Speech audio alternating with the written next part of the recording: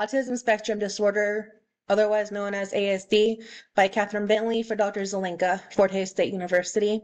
Let's go ahead and jump in. We're going to talk about what is autism spectrum disorder. ASD was first identified in 43 by Dr. Leo Kanner and is a range of neurodevelopmental disorders that affects a person's social and communication abilities.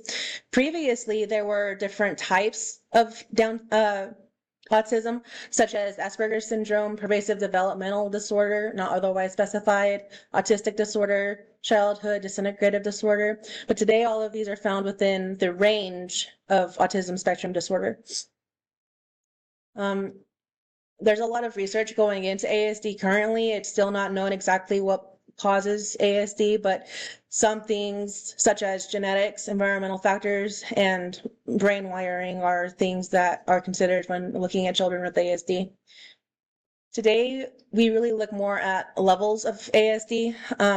Level 1 are those students that are probably going to be in the general education classroom for the vast majority of the time, maybe with a para present for assistance.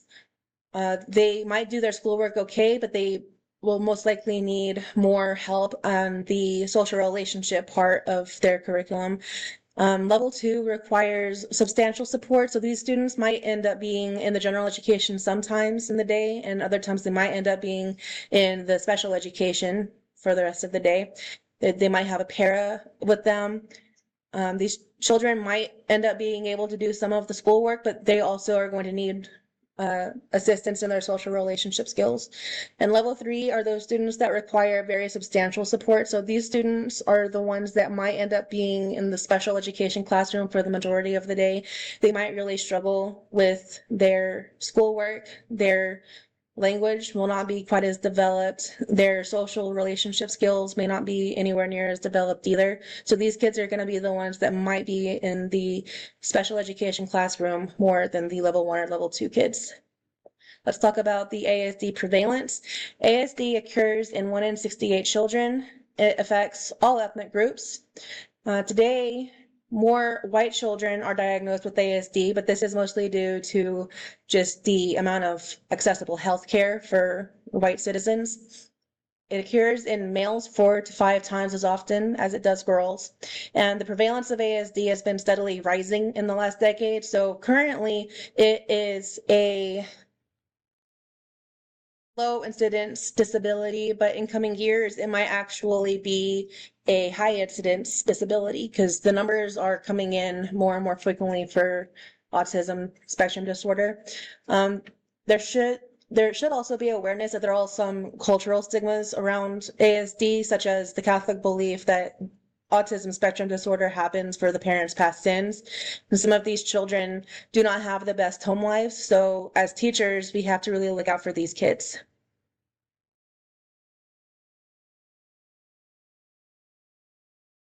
Social relationships in ASD. So these children are going to have difficulty establishing relationships from young age. A lot of these children will be diagnosed with ASD as young as 2 to 3 years of age. And one of the biggest key indicators is that they don't want to be touched by their parents. They avoid cuddling and all kinds of stuff. They don't like to be touched. They resist human eye contact. They are very disinterested in relationships with others. They don't really appreciate talking. If they are verbal at all, they will try not to speak to their peers, and they have a hard time making friends because of this, and they avoid attention. A lot of children will say, hey, look at me, look at what I did. These children will not. So we kind of have to keep an eye on them to make sure that they are doing okay in school. Communication in ASD, as said earlier, ASD children have delayed language development. They have difficulty maintaining conversations with others. This makes it very difficult for them to make friends. Their social lives are quite limited. They use behaviors instead of words. If ever you have an ASD student, just stand up and walk out of the classroom. Know that this is him telling you that he is uncomfortable or that he's having something else going on, and that's his way of telling you instead of walking up to you and saying, this is what's happening. They are also known for echolalic speech or being nonverbal. Echolalic speech is where you will say something and then this ASD student will repeat part of what you said back to you. Or they can be nonverbal. They won't say anything at all. And some of these nonverbal students will be able to learn ASL, or they'll be able to use communication devices. So a lot of the time, it'll be really helpful to know at least a little bit of American Sign Language. And if possible, there can be an interpreter for these students that are using ASL. Student interests. So students with ASD typically have narrow ranges of interests. They focus on one thing, such as insects, and they learn all about insects. They can tell, if they are verbal, they can tell you all about insects. It becomes a large part of their personality. Sometimes they're parallel to a professional on their interest topic just because they know so much about that topic. It can seem kind of like they know everything about it. Like music and art are two things that some ASD students can really focus in on, and their work becomes so exceedingly great that they're almost professional on their interests. However, their interests can also further affect social relationships, since this is one of the things these students will talk about very, very repetitively, very often. Sometimes it interferes with their social relationships just because the other kids do not want to hear about insects or music or art all hours of the day. Student stresses. Students with ASD have very, very low thresholds for stress, and they can respond with anxiety. Stressors for ASD students can be as small as classroom seating changes, changes in routines, loud noises, strong smells such as perfumes. Some students will enjoy music, others will not enjoy it as much just because it is quite loud and it can be a big stressor for them. So that is something to take into account. ASD students can respond with restricted and repetitive behaviors such as spinning an item, twirling, rocking, etc. And they can occasionally be aggressive and disruptive, and in which cases a professional will need to come in to be able to deal with these children. The diversity of students with ASD.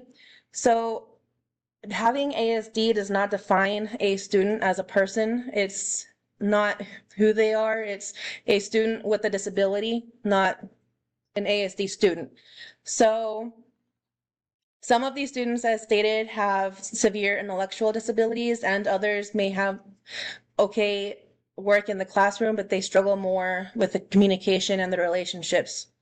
Most ASD students will spend time in general education classrooms, and a few will spend most of their time in the special education classrooms. Another thing to really take into account is that many children with ASD have secondary learning disabilities, such as orthopedic impairment or a visual hearing impairment.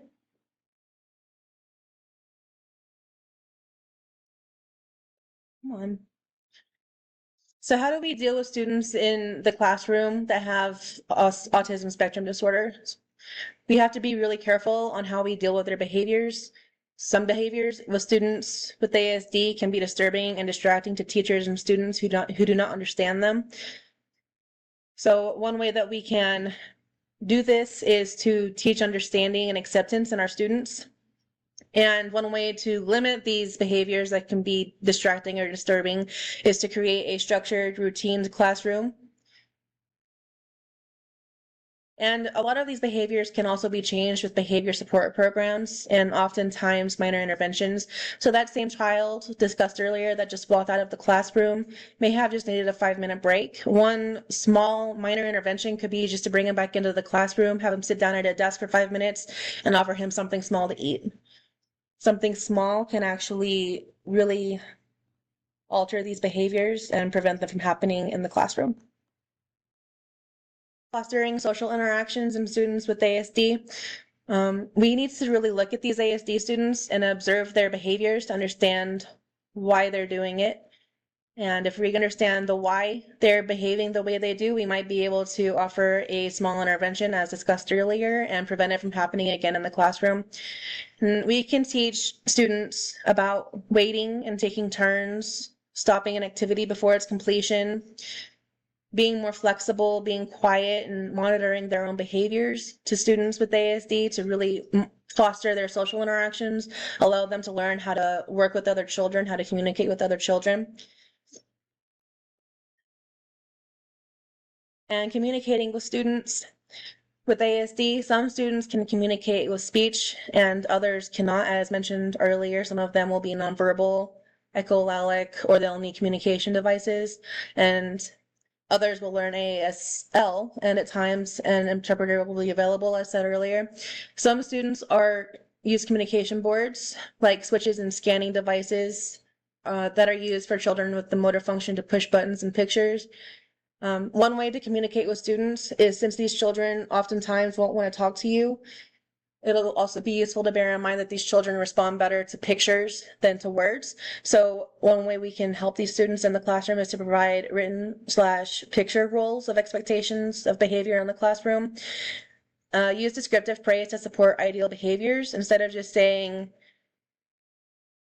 "Good job for throwing it away," you say, "I like the way that you threw your trash in the trash can." Make them understand what you are looking for by using very descriptive language. And also be sure to give positive directions instead of negative words. Instead of saying, "Don't do that," you can say, "Please sit down. Please listen." Don't say, "Don't hit." Just say, "Please sit down." Teacher-parent communication is vital for students with ASD, just like any other student, but it's especially important with students with ASD because these parents really need to know what's going on to help you better maintain their children, help their children learn in the classroom. All right, so that's my presentation on students with ASD, and this is my Works Cited page. I hope everyone learned a little bit of something about students with ASD.